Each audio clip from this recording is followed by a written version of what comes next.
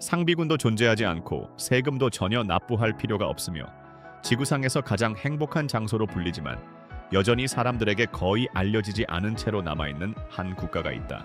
피부가 어두운데도 밝은 머리카락을 가지고 태어나는 아이들이 있는 곳이며 축하하기 위해서가 아니라 그저 쉬고 잠을 자기 위해 사람들이 술집을 찾아가는 땅이다.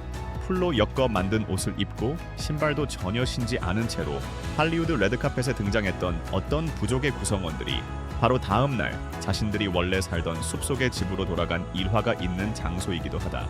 이 나라는 현실에 실제로 존재한다. 이곳은 바누아투라는 이름으로 알려져 있다. 이곳은 단순히 존재해서는 안 될 것만 같은 나라이다. 바누아투가 얼마나 철저하게 고립되어 있는지 제대로 파악하려면 그저 여행 관련 데이터를 살펴보기만 하면 된다. 몰디브는 매년 약 150만 명에 달하는 관광객을 지속적으로 끌어모으고 있는 반면에 이 완벽하고 절대적인 낙원은 방문객이 10만 명 남짓에 불과하다. 남태평양 한가운데 완벽하게 숨겨진 보석으로 남아있는 셈이다. 이 국가는 83개의 거친 화산섬으로 이루어져 있지만 인간이 영구적으로 삶을 유지할 수 있는 곳은 그중 65개뿐이다. 나머지 섬들은 완전히 야생 상태로 남아있거나 지형적으로 매우 불안정하다. 가장 가까운 이웃 국가는 무려 540km나 떨어져 있는 솔로몬 제도이며 피지는 동쪽으로 800km나 더 먼 곳에 자리 잡고 있다. 이제 여러분을 그 자리에 얼어붙게 만들 만큼 깜짝 놀라게 할 세부적인 사실을 들어보길 바란다. 이렇게 극도로 고립되어 있고 전체 인구가 평범한 평균 규모의 도시 하나보다도 적은 35만 명에 불과함에도 불구하고 바누아투에는 113개의 토착 언어가 존재한다. 여러분은 방금 제대로 들은 것이 맞다. 113개이다.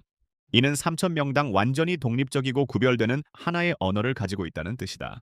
이해를 돕기 위해 비교하자면 4억 4천만 명이 넘는 거대한 인구를 가진 유럽연합조차 공식적으로는 오직 24개의 언어만을 사용한다. 섬들 사이에 이러한 엄청난 격차를 줄이고 연결하기 위해 현지인들은 비슬라 마어를 사용하여 서로 소통한다. 이 흥미로운 혼선거는 영어와 프랑스어 그리고 다양한 지역 방언들을 섞어서 만들어졌으며 산산조각으로 파편화된 이 사회를 완벽하게 하나로 묶어주는 필수적인 접착제 역할을 수행한다. 하지만 우리는 정말로 이제 막 흥미로운 이야기를 시작했을 뿐이다. 계속해서 이야기를 이어나가기 전에 여러분이 정확히 어느 곳에서 이 영상을 시청하고 있는지 댓글로 남겨주시면 제가 반갑게 인사를 전하고 싶다.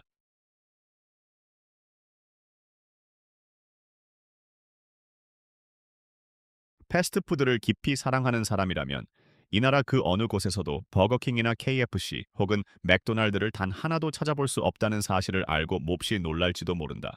이러한 놀라움은 여러분이 공항을 차에 나서기도 전부터 곧바로 시작된다. 이곳에 도착한 거의 모든 새로운 방문객들은 즉각적으로 아주 독특한 신체적 특징에 시선을 빼앗기게 된다. 현지 인구는 멜라네시아인으로 구성되어 있으며 이들은 곱슬머리와 넓은 이목구비, 그리고 어두운 피부라는 태평양 섬주민들의 전형적인 특성을 고스란히 지니고 있다. 그러나 특히 특정한 몇몇 섬들에서는 수많은 아이들이 완전히 자연스러운 밝은 금발 머리를 가지고 태어난다. 이것은 북유럽의 혈통이나 조상과는 전혀 어떠한 관련도 없다. 연구자들은 이것이 태평양 지역에서 완전히 독립적으로 발달한 TYRP1 유전자의 변이라는 독특한 유전적 돌연 변이에서 비롯되었음을 명확하게 밝혀냈다. 게다가 의사소통 방식에도 그들만의 매우 독특한 특징이 존재한다. 만약 여러분이 현지인에게 어떤 질문을 던졌을 때 그들이 완전한 침묵 속에서 눈썹을 위로 살짝 움직이는 것으로 반응한다면 같은 질문을 다시 반복해서 묻지 말아야 한다. 그들은 당신의 질문을 완벽하게 들었고 그저 긍정의 의미로 네라고 대답하고 있는 것이다. 그것이 그들의 전체 대답이다. 이제 전형적인 금요일 밤을 즐기기 위해 밖으로 나서는 여러분 자신의 모습을 상상해보라. 전 세계 어디서나 사람들은 시끄러운 음악과 신나는 춤, 그리고 넘치는 활기를 당연하게 기대할 것이다. 하지만 현지의 카밥에서는 현실이 완전히 다르며 이것은 대단히 정상적인 모습이다. 방 내부는 거의 완전히 어둡게 유지된다. 아무도 소리를 지르거나 춤을 추지 않는다. 대신 사람들은 조용히 자리에 앉아 아주 낮은 목소리로 속삭이듯 말하고 멍하니 허공을 응시하며 믿을 수 없을 정도로 매우 느리게 움직인다. 수많은 많은 사람들이 눈을 동그랗게 뜬 채로 그대로 잠에 빠질 것만 같은 모습을 하고 있다. 그들은 파이퍼 메티스티쿰이라는 식물의 땅속 뿌리를 갈아서 만든 전통 음료인 카바를 마시고 있는 중이다. 이 음료는 행복감이나 에너지를 솟구치게 만들기보다는 입안에 가벼운 마비 감각을 일으킨다. 근육을 무겁게 이완시키고 신체적인 움직임을 극도로 느리게 만들어 진정 상태와 깊은 명상 사이의 어딘가에 갇힌 듯한 깊고 심오한 평온함을 가져다 준다. 당신이 이것을 더 많이 소비할수록 당신의 육체는 그저 통제에 협조하기를 멈추게 된다. 만약 여러분도 카바를 직접 맛보고 이 독특하고 신기한 술집 중 한 곳에서 저녁 시간을 보내고 싶다면 아래 댓글에 숫자 1을 남겨주길 바란다. 이 나라가 품고 있는 놀라운 사실들은 여전히 끝나지 않았다.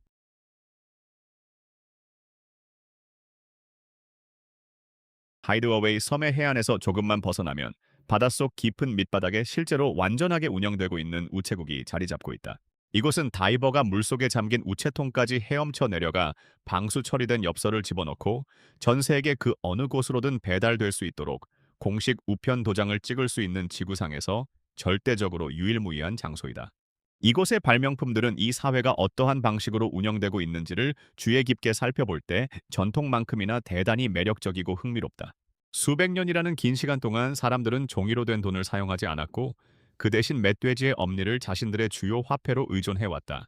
이것을 소유한다는 것은 존경과 사회적 권위, 그리고 권력을 나타내는 거대한 상징이었다. 위신을 보여주는 가장 궁극적인 표현은 너무나도 완벽하게 휘어져서 단 한 번도 끊어지지 않은 원형을 이룬 엄니였다. 이렇게 귀중하게 여겨지는 물건들은 마을 전체의 사회적 계층과 서열을 지시했으며 정치적인 동맹이나 무역, 그리고 결혼을 위한 협상 과정에서 필수적인 요소였다.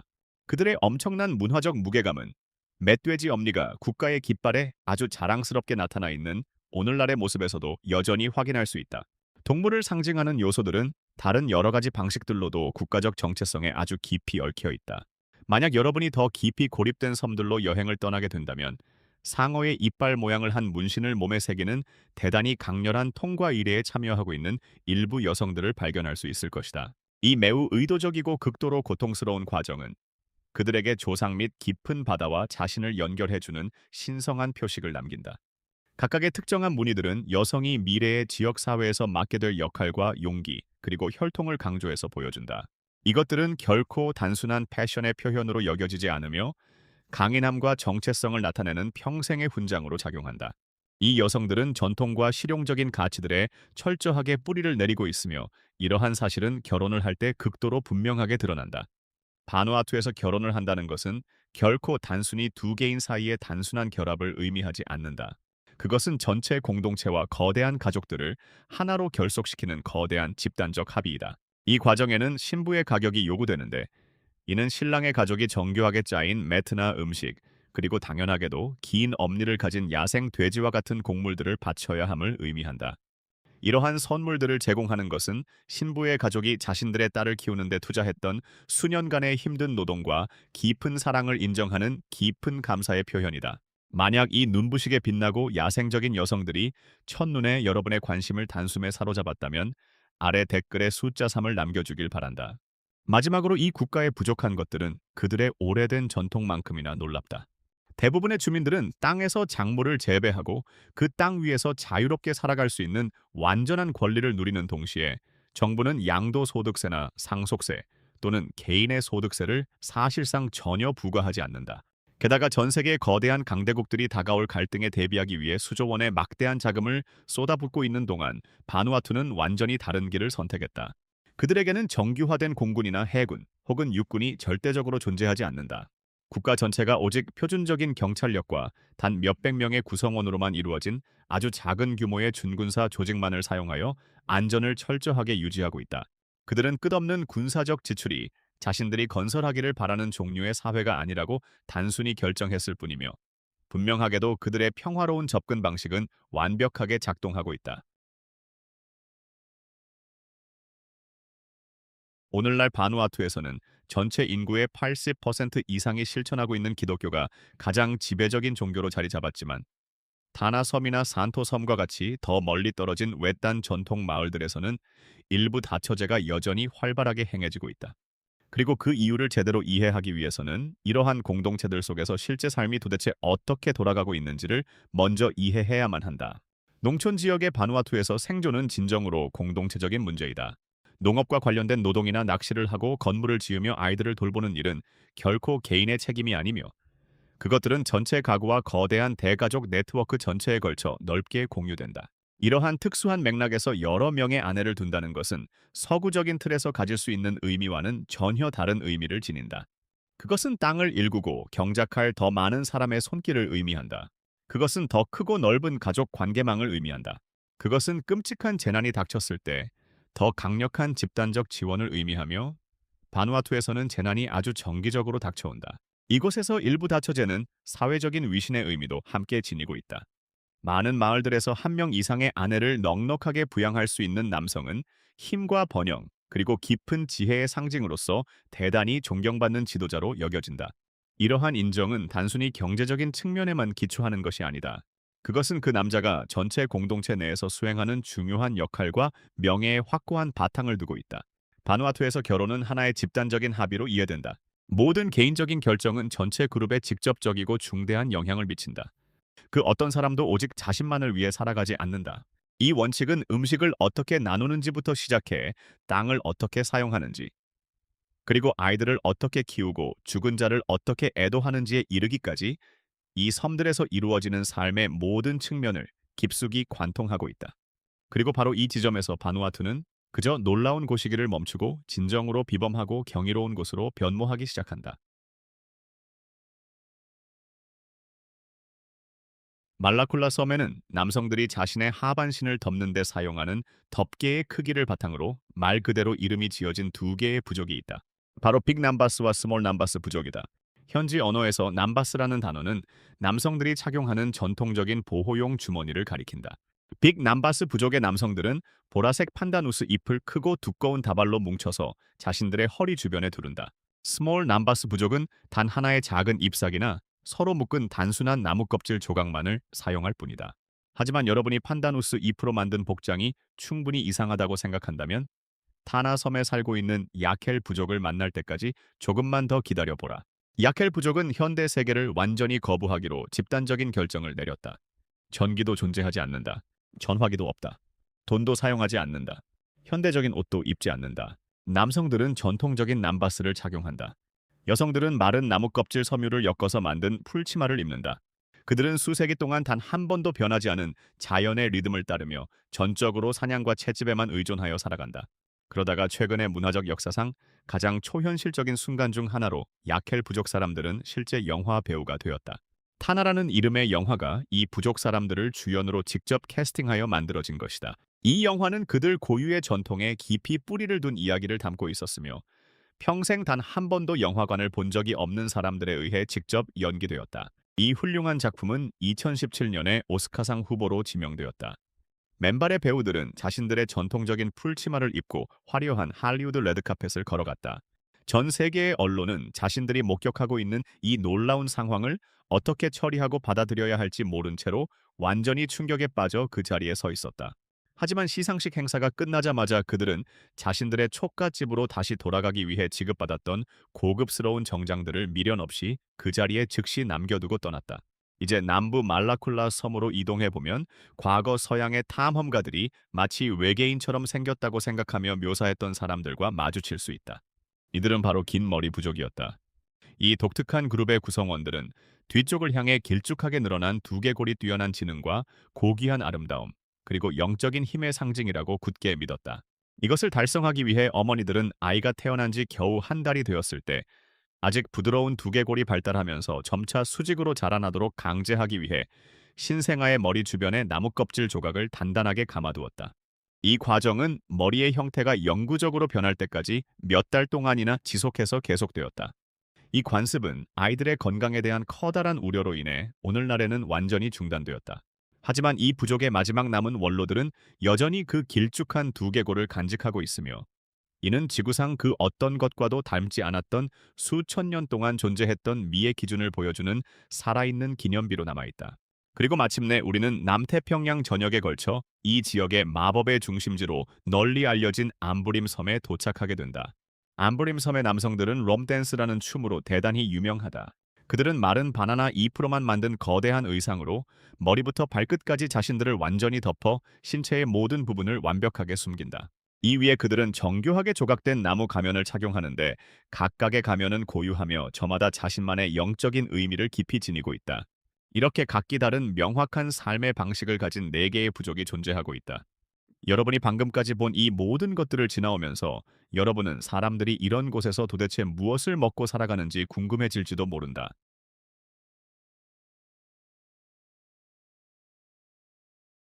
바누아투의 요리는 섬 자체가 가진 리듬을 고스란히 반영하고 있다. 아무런 서두름이 없다. 산업화도 존재하지 않는다. 공장식 농업도 없고 패스트푸드 체인점도 없으며 해외에서 배송된 가공 식재료 또한 없다. 음식은 땅과 바다에서 직접적으로 얻어지며 단 한 번도 문서로 기록된 적 없이 수많은 세대를 거쳐 전해 내려온 요리법들을 사용하여 매우 전통적인 방식으로 준비된다. 코코넛은 거의 모든 요리의 근본적인 기초가 된다. 그것은 육류와 채소, 그리고 디저트에 깊은 풍미를 더해준다. 조리용 액체로 쓰이거나 양념장으로 쓰이며 다양한 소스의 베이스로도 사용된다. 갓 잡은 신선한 생선은 바나나 잎에 싸서 굽거나 코코넛 밀크에 천천히 끓여내는데 상업용 주방에서는 거의 흉내내는 것이 불가능할 정도의 강렬하고 순수한 맛을 지닌 요리로 탄생하게 된다. 국민 요리는 람나비라고 불린다. 보통 얌이나 카사바 같은 뿌리 채소들을 갈아서 코코넛 밀크와 섞은 뒤에 바나나 잎으로 혼합물을 감싸고 땅속에 묻힌 뜨거운 돌 위에서 천천히 익히는 방식으로 만들어진다. 라브랍은 마을 전체의 사람들을 한데 모으는 큰 잔치나 전통적인 의식에서 사람들에게 제공된다. 이것은 깊은 단결과 풍요로움을 상징한다. 또 다른 널리 사랑받는 요리는 툴룩으로 양념한 돼지고기를 채운 일종의 빵인데 이 역시 바나나 잎이 안에서 정성껏 조리된다. 에스피리투 산토 섬에서의 소사육은 무언가 놀랄만한 것을 생산해냈다. 그것은 산토 비프라는 소고기로 호주와 뉴질랜드로 수출될 만큼 고기의 품질이 변함없이 대단히 뛰어나다. 산업화된 농업이 전혀 없는 나라에서 이것은 결코 작지 않은 엄청난 성과이다. 그리고 카바가 있다. 우리는 이미 카바가 당신의 신체에 어떠한 영향을 미치는지에 대해 상세히 이야기했다. 하지만 음식과 음료 문화의 맥락 안에서 카바는 단순한 음료, 그 이상으로 깊이 이해되어야만 마땅하다. 이것은 코코넛 껍질에 담겨서 제공된다. 이것은 모든 사교 모임과 모든 전통적인 의식, 그리고 집단적 성찰이 이루어지는 모든 순간에 항상 존재하고 있다.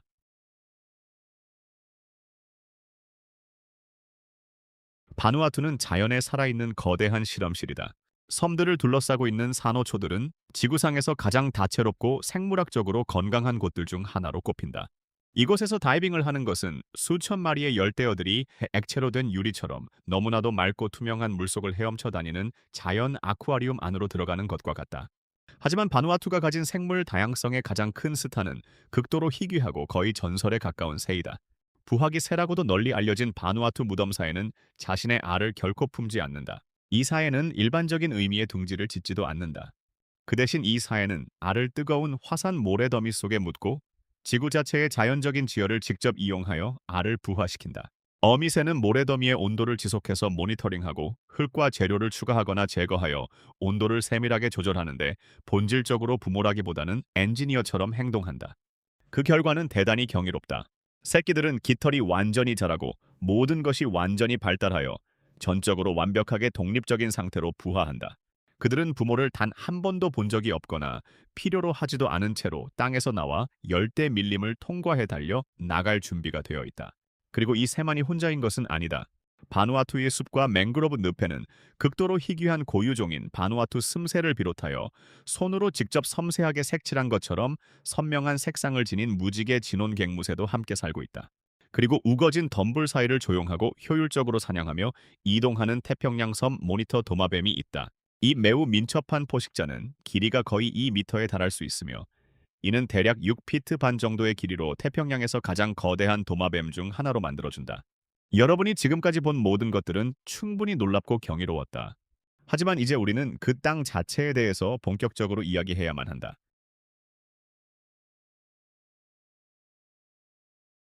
바누아투는 태평양판의 서쪽 가장자리에 자리 잡고 있으며 이곳은 거대한 지각판이 뉴 헤브리디스 해구에서 호주판 아래로 끊임없이 밀려 들어가는 지점이다. 그 결과 이곳은 지구 표면에서 지질학적으로 가장 격렬하고 폭력적인 환경 중 하나가 되었다. 이 나라에는 총 22개의 화산이 존재한다. 그중 13개는 휴화산이다. 나머지 9개는 부글부글 끓고 있거나 활발하게 분출하고 있는데 7개는 육지에 있고 2개는 바다 아래에 있다. 평균적으로 바누아투는 매년 진도 4 이상의 지진을 약 200회 정도 기록한다. 이는 대략 이틀에 한 번꼴로 심각한 지진이 발생한다는 뜻이다. 롬 댄서들과 함께 방문했던 바로 그 섬인 암브림 섬에는 벤보우와 마룸이라는 두 개의 매우 활발한 화산이 있어 이 섬에 불의 섬이라는 별명을 안겨주었다. 멀리서 보면 잿빛 연기와 붉은 화염이 분화구에서 끊임없이 피어올라 밤하늘을 밝게 비춘다. 가까이 다가갈수록 그 광경은 압도적으로 변한다. 부글부글 끓어오르는 용암과 소용돌이치는 유독 가스가 가득하다. 원래대로라면 훼손되지 않았을 푸른 숲 곳곳에 검은 재가 흩뿌려져 있다. 타나섬의 야수를 사는 이 150년이 넘는 시간 동안 거의 매일 분출을 멈추지 않고 있다. 그럼에도 불구하고 방문객들은 분화구 가장자리까지 걸어 올라가 바로 그 끝에서 화산 폭발이 일어나는 모습을 직접 지켜볼 수 있다. 화산재와 용암이 불과 몇 미터 떨어진 공중으로 뿜어져 나온다. 발 아래에서는 땅이 격렬하게 흔들린다. 마치 오븐 문을 여는 것처럼 뜨거운 열기가 얼굴을 강타한다. 1999년에는 쓰나미를 동반한 지진이 발생하여 10명이 사망하고 수백 명이 부상을 입는 참사가 일어났다. 그러나 바누아투 사람들은 화산과 지진에도 불구하고 살아가는 것이 아니라 그 모든 자연의 위협들과 나란히 함께 살아가고 있다.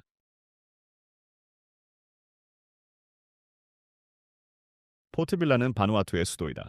그리고 이곳은 지구상 그 어디에도 존재하지 않는 독특한 규칙에 따라 움직인다.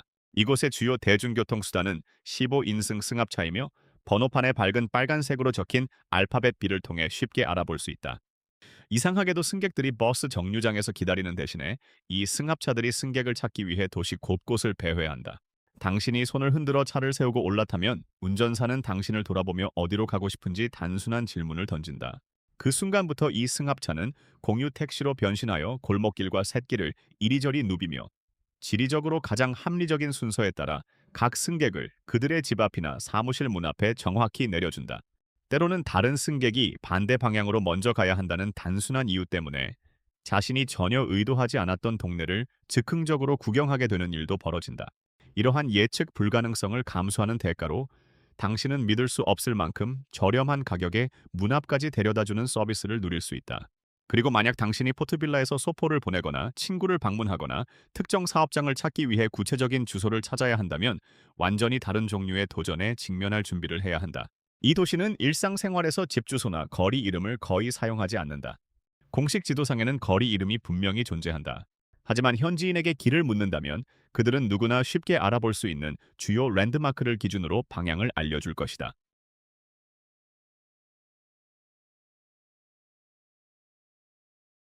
바누아투를 여행하는 것은 마치 다른 세계로 미끄러져 들어가는 것과 같은 느낌을 주며 그곳에서는 각 섬들이 저마다의 조용한 미스터리를 숨기고 있고 모든 풍경이 당신이 왜 다른 곳을 선택했었는지 의문을 품게 만든다. 에스피리투 산토 섬에 있는 블루홀은 거의 비현실적으로 느껴진다. 빽빽한 정글로 둘러싸인 이 수영장의 물은 마치 지구 깊은 곳에서부터 솟아오르는 듯한 깊고 영롱한 푸른빛으로 빛난다. 그 안으로 들어가는 것은 단순한 수영이라기보다는 오직 물결과 새들만이 그 고요함을 깨뜨리는 숨겨진 성소의 광활하고 침묵하는 품에 자신을 내맡기는 일에 가깝다. 그러나 바누아투의 바다는 단순한 아름다움 그 이상의 놀라운 이야기들을 품고 있다. 밀리언 달러 포인트라는 곳에서는 제2차 세계 대전의 잔해들이 바다 밑바닥에 잠들어 있는데 탱크와 트럭 그리고 기계 장비들은 전쟁이 끝난 후 그것들을 본국으로 가져가는 비용이 너무 많이 들자 의도적으로 수몰된 것들이다. 시간이 흐르면서 산호가 그것들을 자신의 집으로 삼았다. 물고기들은 녹슨 철골 사이를 유유히 헤엄치며 지나가고 과거의 역사는 살아 숨쉬는 암초 속으로 녹아들어 잊히지 않으면서도 생동감 넘치는 매혹적인 수중 박물관을 형성하고 있다. 육지에서는 시간이 멈춘 것처럼 보인다. 샴페인 비치는 가루처럼 부드러운 모래와 수정처럼 맑은 바닷물, 그리고 소음이 거의 완벽하게 차단된 순수한 단순함 속에서 넓게 펼쳐져 있다. 분비는 인파도 방해 요소도 없이 그저 훼손되지 않은 희귀하고 고요한 평온함만이 존재할 뿐이다. 강렬한 경험에 끌리는 사람들에게 야수를 사는 날 것 그대로의 잊을 수 없는 놀라운 광경을 선사한다. 분화구 가장자리에 서서 발 아래 땅이 진동하는 가운데 불꽃이 밤하늘로 솟구치는 모습을 지켜보는 것은 단순한 관광 명소를 관람하는 것이 아니라 지구의 거대한 힘과 직접적으로 대면하는 엄청난 사건이다.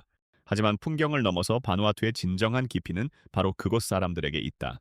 방문객들은 단순한 관광객이 아니라 소중한 손님으로 환영받으며 진실하고 꾸밈없는 의식과 이야기, 그리고 함께 나누는 순간들 속으로 따뜻하게 초대받는다. 바누아투는 단순히 거쳐가는 여행지가 아니다. 이곳은 당신의 마음속에 오래도록 머물며 당신이 세상을 바라보는 방식을 조용하고 부드럽게 변화시킨다. 2024년 5월에 바누아투는 해피 플래닛 인덱스에 의해 2006년 이후 두 번째로 세계에서 가장 행복한 나라로 선정되었으며 훨씬 더 많은 부와 훌륭한 인프라 그리고 현대적인 편리함을 갖춘 150개 이상의 다른 국가들을 뛰어넘었다. 일반적인 기준과 잣대로 평가해 볼 때 이러한 놀라운 결과는 거의 설명이 불가능한 것처럼 느껴진다. 바누아투에서의 삶은 결코 쉽지 않다. 인터넷 연결은 느리고 불안정하다. 자연재해가 빈번하게 발생하여 기반 시설을 파괴한다. 경제는 여전히 취약하며 외부의 원죄에 크게 의존하고 있다. 섬들은 활화산 바로 위에 자리 잡고 있으며 정기적으로 찾아오는 강력한 사이클론을 견뎌내야만 한다. 그러나 이러한 수많은 어려움에도 불구하고 사람들은 훨씬 더 발전된 국가의 사람들보다 지속적으로 더 깊은 만족감과 안녕을 보고한다. 그 해답은 행복을 어떻게 이해하고 받아들이는지에 달려 있다. 바누아투에서 행복은 부나 사회적 지위 또는 재산의 축적을 통해 쫓아가야 할 목표가 아니다. 그것은 자연과의 조화, 그리고 끈끈한 가족 간의 유대, 그리고 돈에 의존하지 않는 개인의 가치에 깊이 뿌리를 둔 하나의 삶의 방식이다. 무역은 종종 돈 없이 돼지나 얌 또는 후추와 같은 물건들을 사용하는 물물 교환으로 이루어진다. 음식이나 피난처, 그리고 공동체와 같은 삶의 필수적인 요소들은 노력해서 얻어내야 할 특권이 아니라 그곳에 태어남으로써 자연스럽게 물려받는 유산이다. 어린아이들을 위한 교육은 전액 무료로 제공되지만 고등교육을 받는 경우는 상대적으로 드문데 이는 일상생활에 필요한 실용적인 지식이 훨씬 더 큰 가치를 지니고 있기 때문이다. 기술은 존재하지만 매우 겸손한 수준이다. 그들에게 더 중요한 것은 사람과 땅, 그리고 오랜 전통 사이의 깊은 연결이다. 바누아투의 경제를 이야기할 때 자급자족 농업이 그 핵심을 이룬다. 얌과 카사바 그리고 코코넛과 카바는 일상생활과 지역 내 교환을 모두 지탱해준다. 가족들은 자신들이 소비할 것을 직접 재배하고 남는 것을 이웃과 나누거나 거래한다. 인겨 농산물이 존재하기는 하지만 그 규모는 크지 않으며 단순한 양보다는 사람과 사람 사이의 관계를 기준으로 가치가 측정된다. 관광업은 에파테와 에스피리투 산토 그리고 타나 같은 섬들을 중심으로 공식적인 소득의 가장 중요한 원천을 제공한다. 하지만 이곳에서조차도 그 리듬은 완전히 다르다. 단순한 상업적 거래라기보다는 훨씬 작고 개인적이며 진정성 있는 인간관계를 바탕으로 형성된다. 호주와 뉴질랜드로 수출되는 산토 비프나 해외 동포 및 글로벌 웰니스 시장을 겨냥한 카바, 그리고 오랫동안 주요 상품이었던 코프라와 같은 수출품들이 존재한다. 그럼에도 불구하고 이러한 산업들은 여전히 제한적인 규모에 머물러 있다. 바누아투의 경제를 규정하는 것은 경제 구조만큼이나 바로 그 취약성이다. 지리적 위치 때문에 이곳은 세계에서 재난이 가장 빈번하게 일어나는 지역 중 하나이다. 사이클론이나 지진, 그리고 화산 활동은 수년에 걸쳐 이룩한 발전의 성과를 단 하룻밤 만에 완전히 지워버릴 수 있다. 2015년에 발생한 사이클론 팜 단 하나만으로도 국가 전체 국내 총생산의 거의 3분의 2에 달하는 엄청난 경제적 피해를 입혔다. 그 결과 이 나라는 국제적인 원조와 해외에서 일하는 계절 노동자들의 송금에 크게 의존하고 있으며 이것은 많은 농촌 가족들의 생존을 유지하는 필수적인 생명줄이다. 그럼에도 불구하고 이러한 단순함은 사람들에게 결핍으로 넓게 인식되지 않는다. 많은 사람들에게 그것은 성장보다 균형을 가치 있게 여기고 물질의 축적보다 사람의 연결을 우선시하는 매우 일관되고 타당한 삶의 방식이다. 다음에 이어질 이야기는 아마도 이곳에서 가장 놀라운 이야기일 것이며 약간의 배경 지식이 필요하다. 제2차 세계대전 동안 바누아투와 인근 멜라네시아 섬들은 연합군의 중요한 군사적 요충지가 되었다. 현대 세계로부터 오랫동안 단절되어 있던 토착 공동체들에게 이들의 도착은 경이로움 그 자체였다. 거대한 함선과 하늘에서 내려오는 항공기, 그리고 아무것도 없는 곳에서 마법처럼 나타나는 듯한 엄청난 양의 물자와 식량, 그리고 도구와 의약품의 흐름은 충격적이었다. 그들은 군인들이 낯선 의식이나 신호, 그리고 명령과 무정의 사용을 수행하는 것을 지켜보았고, 그러고 나면 마치 마법처럼 더 많은 보급품이 끊임없이 도착했다. 전쟁이 끝난 후 그 모든 물자들은 순식간에 사라졌다. 글로벌 공급 시스템에 대한 지식이 전혀 없었던 많은 사람들은 이것들이 군인들을 매개체로 삼아 조상 신들이 내려준 신성한 선물이라고 결론지었다. 이러한 강렬한 믿음에서 외부인들이 나중에 화물신앙이라고 부르게 된 문화가 자라났다. 지역사회는 상징적인 활주로를 건설하고 나무를 깎아 비행기와 무정기를 만들었으며 화물을 다시 불러오기를 간절히 바라며 군사적인 의식들을 흉내내기 시작했다. 타나섬에서 이것은 여전히 숭배되고 있는 풍요를 가져다줄 약속된 존재인 존 프롬이라는 인물로 진화했다. 더욱 놀랍게도 인근의 한 마을은 영국의 필립 공을 지역 전설에 등장하는 신성한 인물로 굳게 믿게 되었다. 필립 공은 그들을 인정하고 선물을 교환했으며 그들에게 신성한 존재가 되었다. 2021년에 그가 세상을 떠났을 때 그들은 그의 영혼이 다시 돌아올 것이라고 믿으며 깊이 애도했다. 극심한 격변의 시기에 직면하여 그들은 모든 종교가 늘 해왔던 것처럼 스스로 새로운 의미를 창조해낸 것이다. 바누아투에는 약 3,000년 전부터 사람이 살기 시작했으며 놀라운 정밀도로 별과 해류를 이용하여 태평양을 건넌 오스트로네시아 항해자들에 의해 처음으로 정착이 이루어졌다. 그들은 지속 가능한 공동체를 건설하고 농사를 지으며 낚시를 했고 암각화와 정교한 모래 그림에 잘 나타나 있는 풍부한 전통을 발전시켰다. 수천 년 동안 이 섬들은 외부 세계와 크게 고립된 채로 남아 있었다. 1606년에 포르투갈의 탐험가 페드로 페르난데스 데 케이로스는 이곳에 상륙한 기록을 남긴 최초의 유럽인이 되었는데 그는 자신이 거대한 남쪽 대륙을 발견했다고 착각했다. 그는 한 섬에 에스피리투 산토라는 이름을 붙였고 그 이름은 오늘날까지도 그대로 남아있다. 그러나 그의 방문은 어떠한 정착으로도 이어지지 않았고 그 후 한 세기가 넘는 시간 동안 이 섬들은 유럽인들의 관심에서 완전히 잊혔다. 탐험은 18세기에 프랑스의 지도 제작과 1774년 제임스 쿡 선장의 측량을 통해 다시 재개되었으며 그는 이 군도에 뉴 헤브리디스라는 이름을 붙였다. 1906년에 영국과 프랑스는 뉴 헤브리디스 콘도미니엄이라는 체제 아래 이곳을 공동으로 통치하기로 합의했는데 이는 두 개의 정부와 법률, 그리고 법원과 심지어 통화까지 따로 존재하는 매우 기이하고 비정상적인 시스템이었다. 현지인들은 그 혼란스러움 때문에 이를 판데모니엄, 즉 대혼란이라고 불렀다.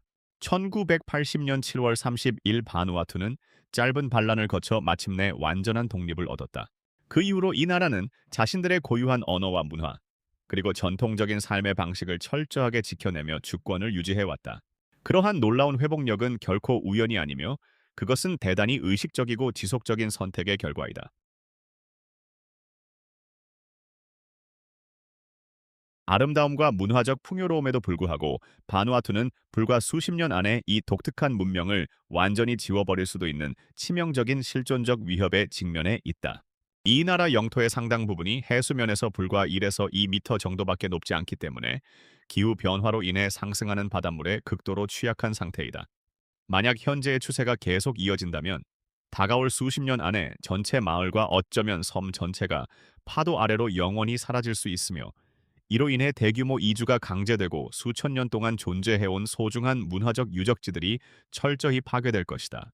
태평양의 불의 고리에 위치한 이 나라의 지리적 환경은 이러한 수많은 도전들을 더욱 악화시키는데 지진과 쓰나미, 그리고 화산 폭발은 인프라와 인간의 생명에 대한 끊임없는 위협을 나타내기 때문이다. 지난 20년 동안에만 바누아투는 다른 대부분의 국가들이라면 완전히 초토화되었을 만큼의 규모를 가진 수십 번의 주요 자연재해를 묵묵히 견뎌냈다. 열대성 사이클론은 또 다른 차원의 위험을 더하는데 폭력적인 폭풍이 정기적으로 섬들을 강타하여 소중한 농작물과 집, 그리고 필수적인 기반 시설들을 모조리 파괴해버린다. 2015년의 사이클론 팜은 특히 파괴적이어서 전체 인구의 거의 70%가 집을 잃거나 깨끗한 물과 음식에 접근할 수 없는 비참한 상태에 놓였다. 이러한 여러 자연적 위협들의 결합으로 인해 유엔은 바누아투를 전 세계에서 자연재해 발생 위험이 가장 높은 국가 중 하나로 반복해서 선정하고 있다. 전체 인구의 60% 이상이 사이클론이나 지진 또는 쓰나미에 취약한 위험 지역에 살고 있으며 이는 이들의 일상생활이 낙원을 즐기는 것과 다가올 다음 재앙을 준비하는 것 사이의 끊임없는 균형 잡기임을 의미한다. 바누아투에는 군대도 없고 패스트푸드 체인점도 없으며 소득세나 안정적인 인터넷 연결도 없고 거리에 정확한 주소도 없으며 50년 후에도 자신들의 발밑에 있는 이 땅이 여전히 물 위에 떠 있을 것이라는 어떠한 보장조차 존재하지 않는다. 그곳 사람들은 113개의 각기 다른 언어를 구사하고 영국의 왕자를 살아있는 신으로 열렬히 숭배하며 그저 잠을 자기 위해 술집을 찾아가고 자신들의 아이들을 무료로 학교에 보낸다. 그리고 그들은 지구상에서 가장 행복한 사람들이다. 만약 이 영상이 당신이 세상을 바라보는 시각을 아주 조금이라도 다르게 만들었다면 아래에 댓글을 남겨주시고 어떤 사실이 당신에게 가장 큰 충격으로 다가왔는지 저에게 들려주시기를 바란다. 저는 여러분이 남겨주신 모든 글을 하나하나 읽고 있다. 그리고 구독 버튼을 누르고 알림종 설정을 켜서 우리의 다음 영상에서 다시 만날 수 있도록 하는 것을 잊지 마시라. 오늘 저희와 함께 귀중한 시간을 보내주셔서 진심으로 감사드린다. 여러분이 이 영상을 즐겁게 보셨기를 간절히 바란다. 여러분의 소중한 지원은 저에게 정말 세상의 모든 것을 의미한다. 여러분 모두에게 최고의 행운이 함께하기를 기원한다. 시청해주셔서 감사합니다. 댓글을 남겨주시고 좋아요와 구독 버튼을 눌러주세요. 앞으로 더 재미있는 영상으로 찾아뵙겠습니다. 다음 영상에서 만나요.